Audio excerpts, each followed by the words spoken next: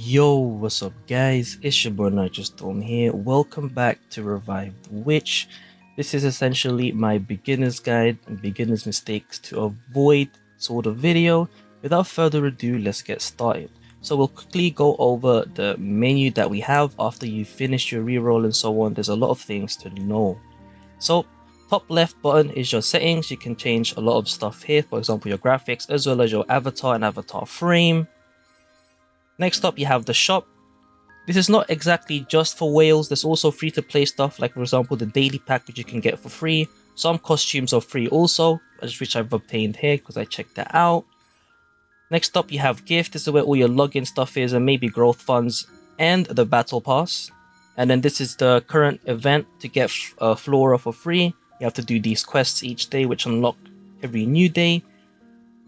Your doll section is essentially all your collection of dolls. You can tap on each one and choose to upgrade them if you want or even ascend. Formation is where you set up your team before you start. There's something called element buff, which if you have every character of the same element on deployed doll, as you can see, everyone will get a 10% stat buff. But if everyone on your team, even the backup dolls, are the same element, then you'll get the 15% buff. I would suggest not worrying about this for the time being until you get a larger roster. Otherwise, you might be worrying too much about having same element and ending up your team being less effective in battle. And then there's something called test formation. This is essentially your damage testing thing. You know, just see how effective your team is. And then if it's not as effective as you can think, you can swap characters around and see if you can create a better combo. Alright, next up you have workshop. This is essentially your gear. I would suggest not leveling up the blue gear, the blue rarity. From purple and up, I would let you upgrade them. That's what I did as well back in closed beta, because for a good amount of time, you'll be using purple gear to use. Next up, you have summon. You have 3 different banners. Exclusive summon will mainly feature a limited character, as in they are not in the soul summon, the standard banner pool. As you can see, you don't see Solania here. And then Awakening Summon currently rotates between characters that are in the Soul Summon. So in this case, you have Mine. And at the moment, it will rotate every 2 days. So Mine, Amanami, Gove, A Fallen, Tonel, Akasha, and Caledonia. Now going back to Summon, one more thing to note. This character is called Anemone. And she is only in the Soul Summon. If you take a look here, Anemone's name is not here. And Anemone's name is not here. For those that really want her, don't forget to summon on Soul Summon only. Alright, commission board is essentially what all your quests are. These are your dailies. So Prey is your dailies. Storyline is your main story quest. Achievement is achievement, straightforward. And commission are your quests for the battle pass, which I've mentioned earlier. If you want to buy this, I would say it's kind of worth to get Ella, because she is a good character, especially if you rerolled for Caledonia and maybe Tonel. And last but not least, you have Archive for the bottom row menus. This is essentially just your collection. For those collectors out there, you know, have some fun with that. Next up, you have the mail, which is pretty obvious. You unlock that after clearing 1.3. And the bell, which I've already showed you, will give you all the information that you want, that the game will give you. And now for the last part, you have event. Make sure to check this out, especially when there's new events that are out. Currently, we have an invite player event. As you can see, there's my code there if you want to insert that. There are also invitation rewards for the amount of people that you have successfully invited. But you have to make sure that the players also level up. So you can't just, you know, create 5 vaults or something, because otherwise you'd have to level them all up, you know. And that's about it for the starting menu. Alright, furthermore guys, one more thing. There are going to be extra stuff that are going to be added to the menu. For example, like a witch hub, where you upgrade like facilities and so on. It's not unlocked yet, but it will come. And there's also like extra systems, like PvP and extra game modes, which are not unlocked yet, but we'll go through that later on in the new video, as we've already covered a lot of information as it is. Alright, moving on. So, there's one big thing that I would suggest doing whilst you're going through the story, and that is to try and avoid the enemies if you can. Now, I know that sounds a bit backwards compared to doing other things, but hear me out. So, when you're avoiding enemies, you essentially save stamina if you complete a quest without fighting an enemy. Now, I'm not sure if I can avoid this guy, Okay, I managed to avoid it. So as you can see, I've avoided that fight, and later on, after I finish the story, I'll be able to save some stamina, like get a bit of a stamina refund. And there you go. So don't forget to try and get all of the chests on your first run. And as you can see, after I finish exploring this area, because there are still living monsters left during this exploration, there are stamina that are returned. Obviously, in this case, we were only able to avoid one enemy, so only one stamina was returned. But as you can see, it still adds up over time. So if you keep avoiding one enemy every time, that'll save you 10, which is enough to do another story. Alright, so now, as you can see, doing the first few chapters, there's still extra tutorials that you will go through.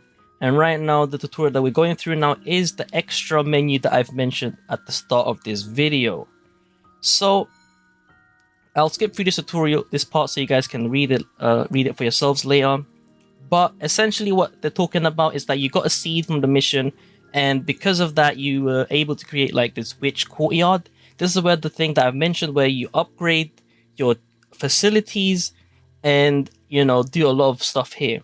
So I guess it's good timing, because the one thing that you do need to do ASAP is to increase the white light crafters. Alright, so we'll go through the tutorial here first. I'll go into more detail for this witch courtyard in a later video, as there are things to do, like a lot of things to do. But for the meantime, just ensure that you have all 5 fireflies collecting white light for the time being, as you need those the most. In any case, let's go back and go over through the story real quick. So as you can see, avoiding enemies does help, and there will be some stages where you get like a purple buff on the floor. Be sure to step on that so you become invisible, and the enemies won't be able to see you, and you'll walk past them easily. And don't forget, because you collected all the chests in the story, you're able to collect chest exploration rewards. And be sure to do that, because most of the stages will have a chest reward. So it's best to do them on your first try, so you don't have to go through all of that again. And of course, if you finish exploring the whole chapter, you will get a free multi along with it. Alright, so as you can see, there are quite a number of things we went through, but I'll stop there. Just one more thing to note. If there's a certain part in the story where you're starting to struggle, then that's where we would go to Dream World. This is where you farm your stuff. So for the first one, Mana Dreamland is to farm the mana, these things, which you can upgrade your skills, your levels, ascending your characters, pretty much for everything that you do. You can go here and farm some mana if you need to. However, as I've mentioned before, I would suggest not doing this first stage or the second stage. Like, try and make it so that you don't need to do these stages more than once. As in, only do it once for the first clear, and then do the next stage once to get their first clear, as you need to clear the previous stage to be able to do the stage after. But if you do happen to start struggling, then you can farm it a little bit.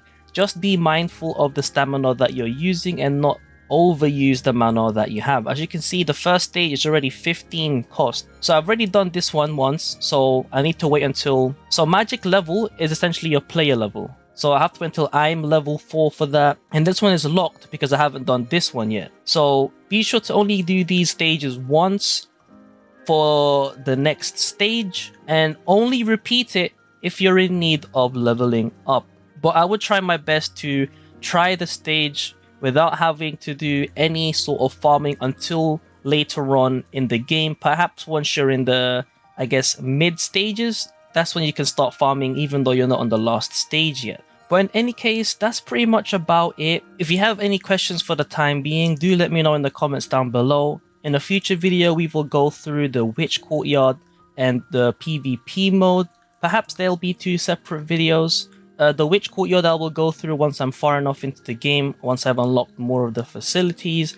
And then for the PvP mode, we'll just go over through the process, how it works, and I guess suggested teams. But for the most part, there's like one team that's pretty OP, and then that's about it. In any case, hopefully you found this Kickstarter guide pretty simple. To summarize the video, when you're going through adventure, try and avoid enemies whenever you can. Only farm the dreamland stages, the dream world stages if you really need to. Otherwise, only go for first clears. Don't worry about leveling up, as you will get a lot of mana. Ascend them if needed. Of course, you can ascend them ASAP if it's the character that you want to level up, so don't worry about that. But don't farm to gain these materials, as you'll get them as you play along the game as well. Other than that, that's about it. So rotation is adventure until you find it a bit difficult, then go farm Dreamworld a little bit, not too much, level up and upgrade your team, and then try again in adventure. And then as you go through along, you'll unlock more things that you can do, such as guild system and the PvP and other game modes.